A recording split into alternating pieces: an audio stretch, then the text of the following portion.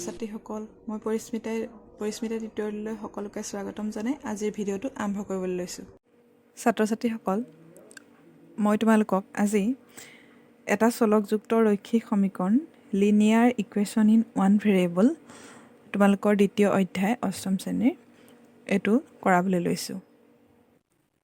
এতিয়া চোৱা ছাত্ৰ-ছাত্ৰীসকল, এটা বীজগণিতীয় সমীকৰণনো কি? এটা বীজগণিতীয় সমীকৰণ হ'ল চলক আৰু ধ্ৰুৱকযুক্ত এটা গাণিতিক গঠন য'ত সমান চিনে দুটা পক্ষৰ সমতা স্থাপন কৰে। এতিয়া এটা আমি উদাহৰণ লৈছোঁ চোৱা, এইটো এটা সমীকৰণ লিখিছোঁ 2x + 7 = 5। এইটো এটা সমীকৰণ, এই সমান চিনডালে কি কৈছে? সমতা স্থাপন কৰে বুলি কৈছে। আৰু এইটো চলক আৰু ধ্ৰুৱকযুক্ত। ইয়াত চলক আছে, x টো চলক সকলোৱে জানা, কাৰণ 7তে এইবিলাক তোমালোকে পাই আহিছা। 7 নহয় 6তে পাইছা। x টো হৈছে চলক আৰু এইটো 2, 7, 5 ইয়াত কি হ'ব? ধ্ৰুৱক। আৰু ইয়াত 2টো কি হৈছে? xৰ সহগ। এতিয়া বাওঁপক্ষ কোণটো সোঁপক্ষ কোণটো সকলোৱে জানা।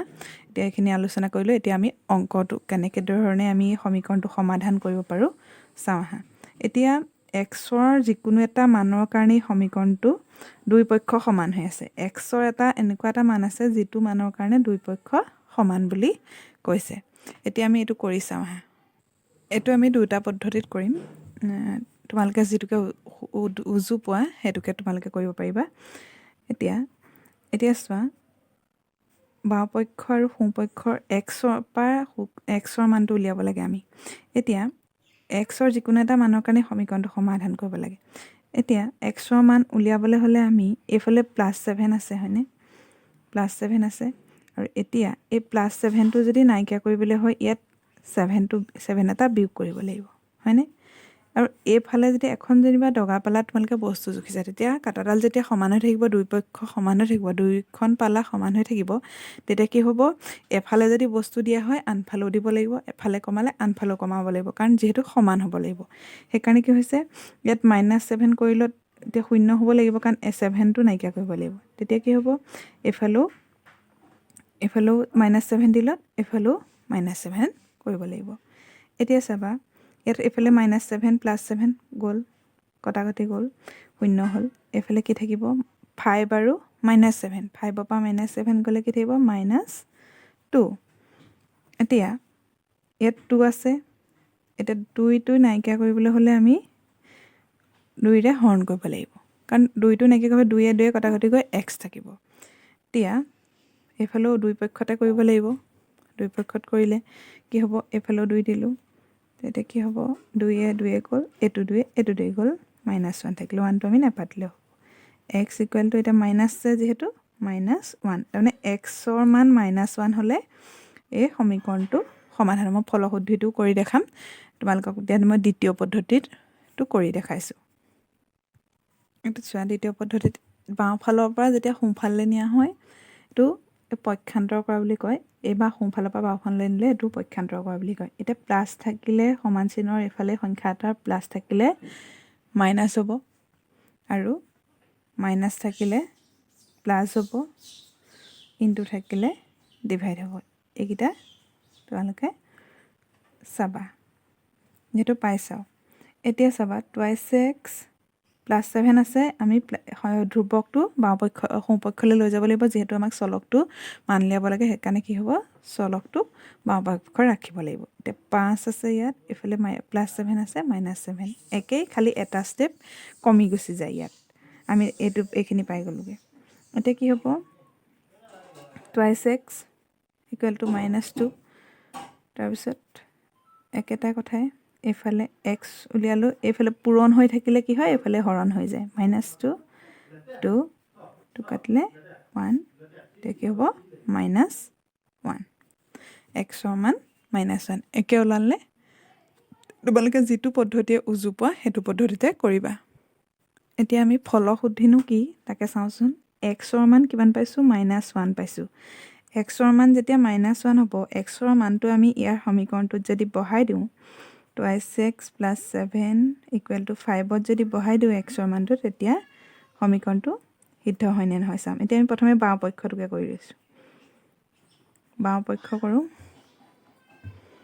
বাওঁপক্ষই যিহেতু কৰিব লাগিব বাওঁপক্ষত কি আছে 2x + 7 এইটো এটা সৰু অংকত দেখুৱাইছোঁ মই তোমালোকে যেতিয়া ডাঙৰ অংকখিনি কৰাম তেতিয়া ভালকৈ কৰিব পাৰিবা 2 * -1 + 7 এটা 2 * -1 মানে -2 + 7 = কিমান হ'ল 5 হ'ল তেতিয়া কি হ'ব সোঁপক্ষ হ'লনে সমান সোঁপক্ষৰ সমান হ'ল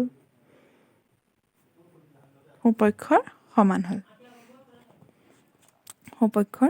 হ'ল এতেকে সমীকৰণটো কিহে সিদ্ধ কৰে সুধিব পাৰে তোমালোকক যে এক্সৰ কি মানে সমীকৰণটো সিদ্ধ কৰে এনেকুৱাও দিব পাৰে বা সমীকৰণ সমাধান বুলি ক'লে তোমালোকে এইখিনিকে কৰি থ'লেও হ'ব যদি ফলশুদ্ধি কৰিবলৈ দিয়ে এইখিনিকে কৰিব লাগিব এতেকে সমীকৰণটো সিদ্ধ কৰিলে নে এক্সৰ তাৰমানে আমাৰ অংকটো শুদ্ধ হৈছে আমি কেনেকৈ গম পাম অংকটো শুদ্ধ হৈছে বুলি যে আমি ফলশুদ্ধি কৰি চালোঁ বাওঁপক্ষ সমান সোঁপক্ষ হৈছে সমীকৰণটোৰ সমতা ৰক্ষা কৰি আছে তেতিয়াহ'লে এইটো সমীকৰণটো আমাৰ শুদ্ধ হৈছে ছাত্ৰ ছাত্ৰীসকল এতিয়া আমি আৰু এটা উদাহৰণ কৰি চাওঁ তোমালোকক মই আমাৰ শংকৰদেৱ শিশু নিকেতনৰ যিখন কিতাপ ভাৰতী গণিত সেইখন আৰু চৰকাৰী SCRTৰ আণ্ডাৰত যিখন কিতাপ 8ৰ সেইখন দুইখন কিতাপৰ অন্তৰ্গত মানে যিখিনি কোৰ্চ তোমালোকৰ সেইখিনি দুইভাগেই মই কৰিবলৈ চাম দুইখন কিতাপৰ আধাৰতে কৰিম আৰু তোমালোকক ইয়াৰ পাছৰ ক্লাছৰ পৰা মই সেইখিনি দিম এতিয়া আজি প্ৰথম ৰৈখিক চলকযুক্ত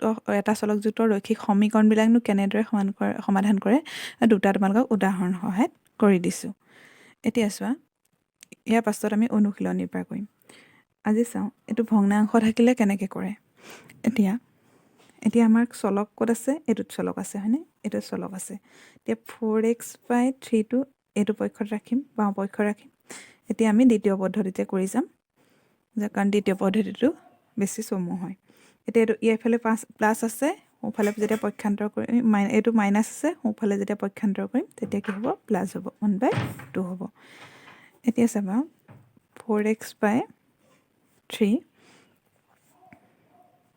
এইফালে 5 আৰু 2 লসাগু ল'লে 10 হ'ল আছে 10ক দুবাৰ এইফালে 5 বাৰ 2য়ে 10ক 5 বাৰ কাৰণ ওপৰত 1 আছিলে এতিয়া 3 এইটো হ'ব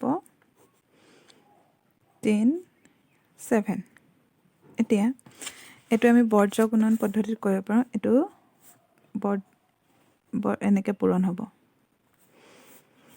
এতিয়া চলকটো আমি বাওঁপক্ষ ৰাখিব লাগিব 4 * 10 আৰু 7 * 3 এতিয়া কি হ'ব 40x = 21 এতিয়া xৰ মানটো উলিয়াবলৈ হ'লে এইটো পূৰণ হৈ আছে ইয়াত এইফালে গ'লে হৰণ হৈ যাব xৰ মান কি ওলালে 21/40 তোমালোকে এইদৰে কৰিব পাৰিবা 4x/3 = 7/10 এইখিনিৰ পৰা তোমালোকে এইদৰে কৰিব পাৰিবা যিসকলে যেনেকৈ পাৰা তেনেকৈ কৰিবা 10টো থাকক আমি লৈ নাযাওঁ 3 * 7 এতিয়া এইফালে 4 আছে 4টো নাইকিয়া কৰিবলৈ হ'লে হৰণ কৰিব লাগিব এইফালে এতিয়া x 3/21 হ'ব এইফালে 10 হৰণ 4য়ে হৰণ কৰি দিয়াৰ লগে লগে কি হয় প্ৰতিক্ৰম হৈ যাব এতিয়া 21/10 * 1/4 একে হ'ল 21/40